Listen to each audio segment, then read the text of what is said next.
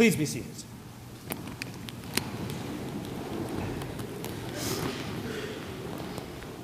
Well, at the beginning of our gospel reading had been read maybe just a week ago, or maybe a few weeks from now, well, maybe that beginning of that gospel reading would be a bit more shocking than it's maybe hitting us this morning. After a few days of being stuck in the same house, or maybe the same car, maybe the same hotel room, or in our parents', or, God forbid, in our in-laws' houses, well, a little bit of hatred for each other isn't probably too far from our minds, is it? You don't have to agree with me. Throw a power outage on top of this forced enclosure with the ones that we love the most. And well, our gospel reading is a bit like preaching to the converted this morning. But we don't need to dwell too much on hating each other this morning. We did something a little similar a few Sundays ago with a reading that had a bit of similar reading about family members. And as we found there, we find here as well. When Jesus speaks of hatred, he doesn't mean that we should be feeling an intense hostility for or aversion to our family members. That just wouldn't make much sense given everything else that we know of Christ. Instead, in this context, hating something has much more to do with allegiances and the orientation of our lives. And I'll be the first to admit that those kind of issues, allegiances, orientation of our lives, well, those aren't the easiest ones to think about. Now, many of our children haven't had to deal with these kind of questions just yet. But it might be best for us to prepare them at some point, or else they could end up like I did 13 years ago during an interview. I found myself at a convent outside of Derby in England, being interviewed by an Anglican nun. Sounds lovely, doesn't it? Almost idyllic.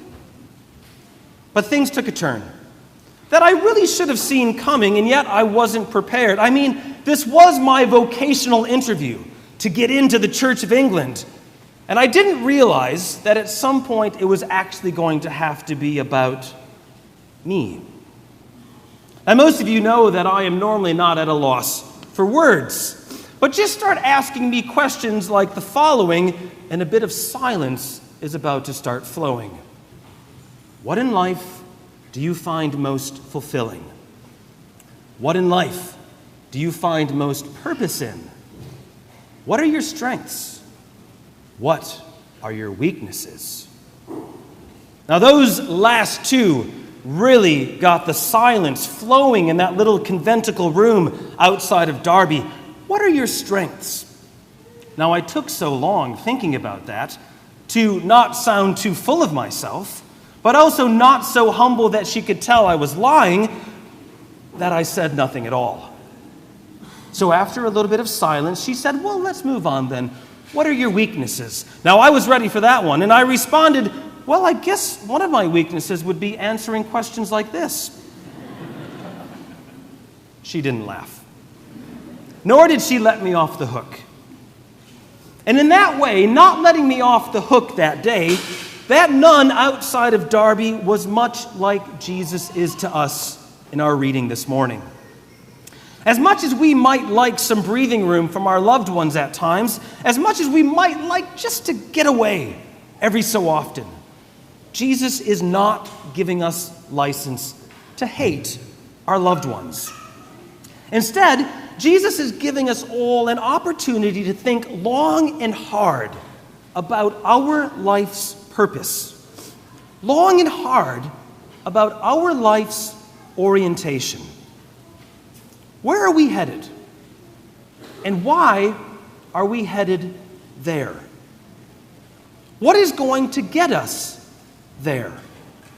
What is going to sustain and support us on the journey to where we are headed? Now, efforts at self-effacing humor and answering questions like that are fine and dandy, but they aren't really going to answer those kinds of questions about our life with any sufficiency. We know where Jesus was headed. He was going to Jerusalem, and nothing was going to stop him. And that is important to keep in mind as we hear our gospel this morning, because that is the context in which Jesus asks the questions and makes the demands of following him. He is heading to Jerusalem. He knew his purpose. He knew his goal. He had orientated himself towards that goal, and he was being sustained by his Father in heaven all along the way. Jesus had all of that figured out. But then he had to look around himself and see that his purpose, his goal, his orientation, and his drive had attracted so many others to follow him. He knew where he was going. But did anyone else who was following him know where they were going? He knew his goal, his purpose, and his drive, but did anyone else really understand it? Were the people following willing to make that their drive, their goal, their purpose?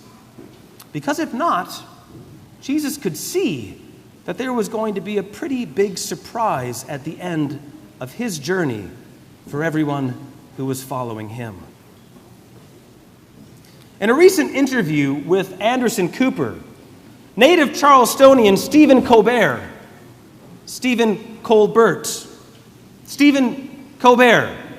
I think he actually says Colbert. Is that correct? Stephen Colbert? Let's not have a vote on it. I'm going to go with Stephen Colbert. I think that's how he pronounces his name. Anyways, in a recent interview, Stephen Colbert spoke deeply and profoundly about what it means to live with suffering in this world. He spoke as a man who would have had no trouble answering that Derbyshire nun's questions that day. Neither would he have any trouble answering that first century Jewish rabbi's questions. At one point in the interview, while reflecting upon living with the tragedies of life and how those tragedies make us who we are, Colbert hit upon a purpose and orientation for life. He said to Anderson Cooper, "If you are grateful for your life, which I think is a positive thing to do."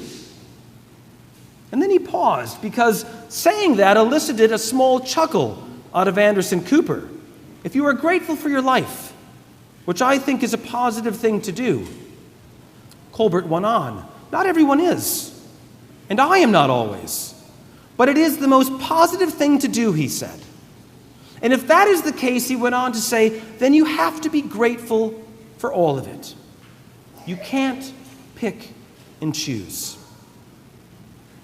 And as I heard that, I thought, what a strong statement of purpose and orientation for one's life. And one that Colbert could only make because he believes that his goal and purpose come from a relationship with God, with the giver of the gift of life. We can have purpose and know our life's orientation if we are grateful for life as a gift given to us from God. I get the sense that the prophet Jeremiah would have been able to answer all of those goal and purpose questions as well. He was shown the true purpose of life by seeing the origin and hence the orientation of life. He saw that life was indeed a gift from the potter because he was like clay in the potter's hands. If the clay could be sentient, then the clay would know its purpose. Its purpose is to be formed by the hands of the potter. Its purpose is to live in gratitude for that formation, for that gift of life. And that is our purpose as well. To know that we are clay in the hands of our potter God. To know that we are disciples called to take up our cross. A call and challenge to not literally drag around a couple pieces of wood, but a call and challenge instead to look at life from the perspective of being clay in the potter's hands. Jesus called upon those who would follow him to know themselves, to know their goals, to know their purpose, and to be formed and reformed on the basis of those things. He called on them to know themselves by knowing him and knowing life to be a gift from God. Where are we headed? Why are we headed there? What is going to get us there? What is going to sustain and support us and give us strength along the way? In answering those questions, we will truly know ourselves. We will know what is driving us and to what goal we are being driven. And in knowing that, maybe, just maybe, we can say with Stephen Colbert, we are grateful for life. We are grateful to God for everything that comes our way. And that is a positive way to live life. Amen.